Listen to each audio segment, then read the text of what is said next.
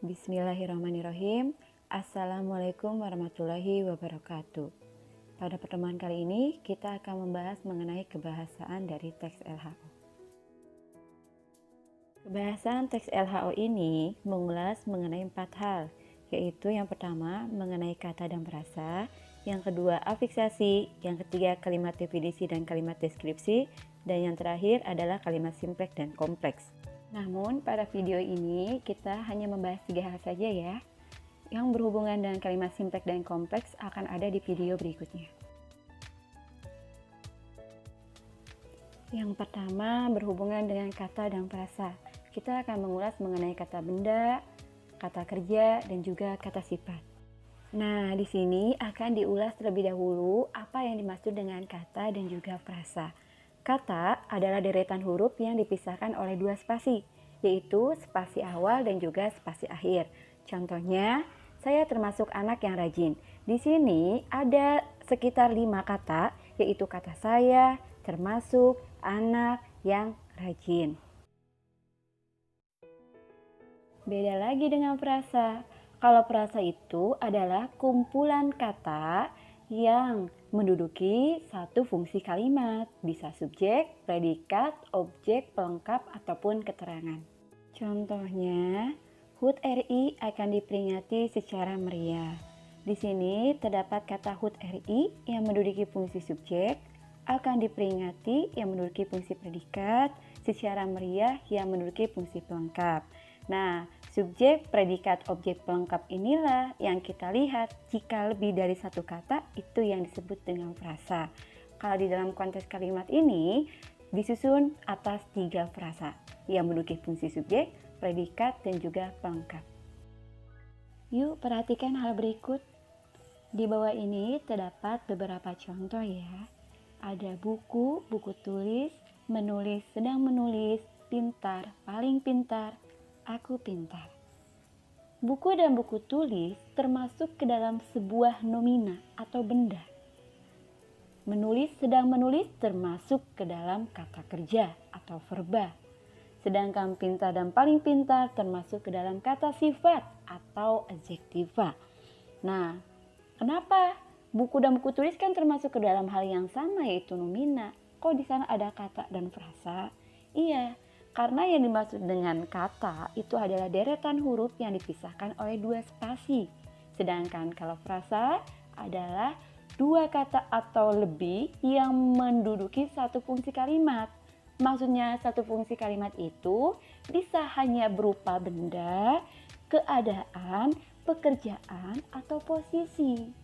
Nah, kalau melihat dalam segi konteks contoh-contoh ini, kita bisa melihat kalau buku dan buku tulis termasuk ke dalam kata benda, namun buku termasuk ke dalam kata karena disusun dari deretan huruf yang dibedakan oleh 2 spasi. Sedangkan kalau buku tulis terdiri dari 2 kata namun menunjukkan kepada suatu hal yaitu benda. Namun untuk yang aku pintar kenapa termasuk ke dalam klausa? Karena kalau konteks aku pintar itu bukan menunjukkan kepada suatu hal, tapi sudah menunjukkan ke beberapa hal. Di sana terdapat ada kata aku yang menandakan benda dan pintar yang menyatakan sifat.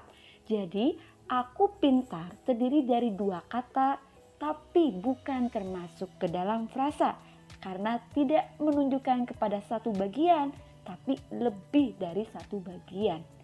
Untuk lebih jelasnya, itu akan Ibu ulas di video berikutnya yang berhubungan dengan konteks kalimat simpleks dan juga kalimat kompleks. Contoh berikutnya, di sini terdapat sebuah kalimat yaitu Vika sedang membeli kue bolu. Nah, yuk kita coba tentukan ada berapa kata dan juga frasa yang terdapat pada kalimat ini. Vika termasuk ke dalam sebuah benda atau yang dibendakan yaitu orang. Berarti termasuk ke dalam nomina. Sedang membeli itu menyatakan suatu pekerjaan. Karena lebih dari 1 kata yaitu 2 kata, berarti ini termasuk ke dalam frasa verba. Kue bolu termasuk ke dalam benda. Namun di sini disusun dari 2 kata, berarti itu termasuk ke dalam frasa nomina.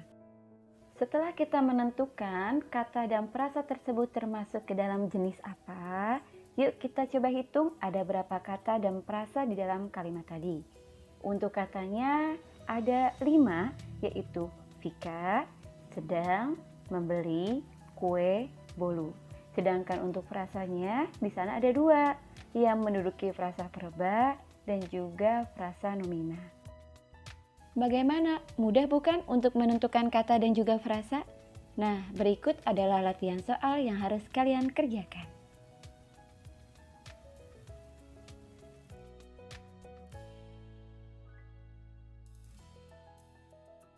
Pada kebahasaan yang kedua, ada afiksasi. Afiksasi merupakan pengimbuhan yang dilekatkan pada kata dasar, di mana klasifikasinya dibedakan menjadi 4 jenis. Ada yang dimaksud dengan prefiks yaitu awalan, infiks yaitu tengah, sufiks adalah akhir, dan konfiks yaitu gabungan. Prefiks adalah imbuhan awal, di mana kalian bisa melekatkan imbuhan me, di, ke, ter, ber di awal kata dasar. Nah, yang selalu dipermasalahkan biasanya penggunaan imbuhan me. Soalnya imbuhan me ini memiliki suatu perlakuan yang istimewa. Sehingga di soal-soal latihan ataupun soal-soal ulangan biasanya muncul penggunaan imbuhan me. Imbuhan me jika dilekatkan kepada kata dasar yang berawalan KTSP dengan huruf keduanya adalah A, I, U, E, O, maka kata dasar tadi si KTSP-nya akan mengalami peluluhan atau lebur. Contohnya, kita ambil kata konsumsi, jika dilekati dengan imbuhan me, jadi mengonsumsi. K-nya mengalami peleburan. Berikutnya ada kata terjemah. Dilekati dengan imbuhan me, jadi menerjemah. T-nya luluh. Berikutnya kata sikat. Dilekati oleh imbuhan me, jadi menyikat, S-nya luluh. Begitupun dengan kata pesona. Dilekati dengan imbuhan me, si P-nya akan mengalami peleburan, jadi memesona. Nah, dari contoh-contoh tadi kita bisa menyimpulkan jika semua kata dasar yang berawalan KTSP dengan huruf keduanya A, I, U, E, O, jika dilekati dengan imbuhan me, akan mengalami peleburan.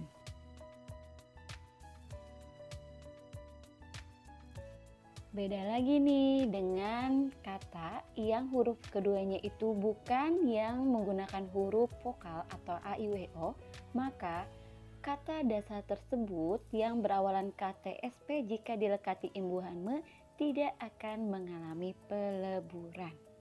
Seperti contohnya, mengkronologikan, mentranslasikan, menspam, dan memproses.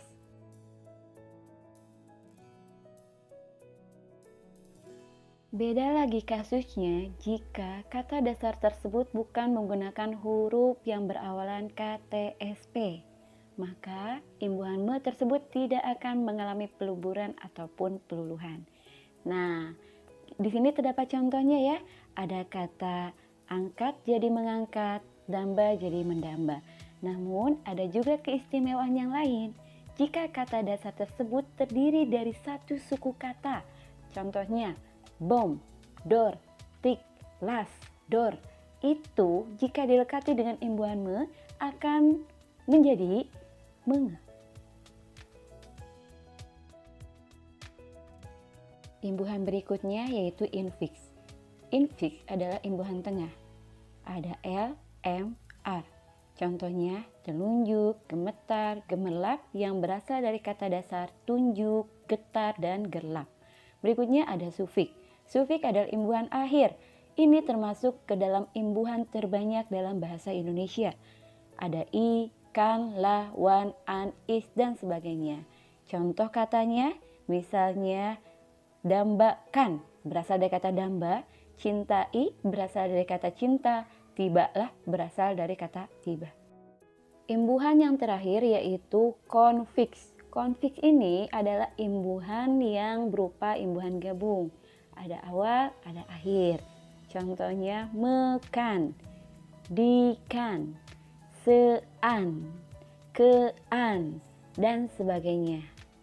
Contoh katanya seperti merasakan, mewarnai, disayangi.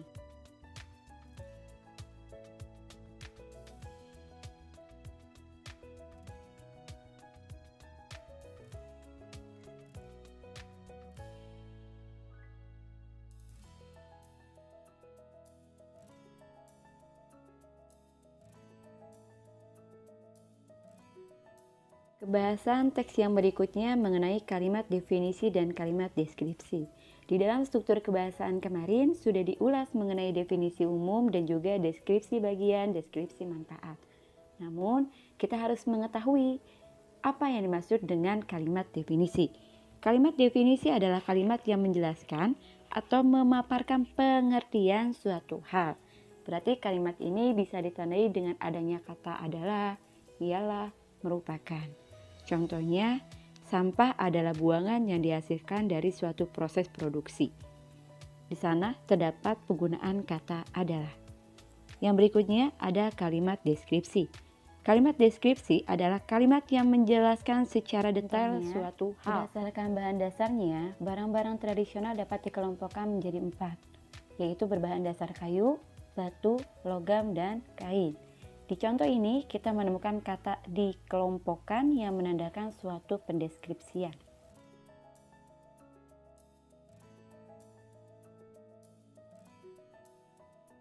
Untuk pertemuan kali ini, kita hanya akan membahas 3 perihal ini saja ya. Tunggu lagi di video berikutnya perihal mengenai kalimat simpleks dan juga kalimat kompleks. Cukup sekian dari Ibu. Assalamualaikum warahmatullahi wabarakatuh.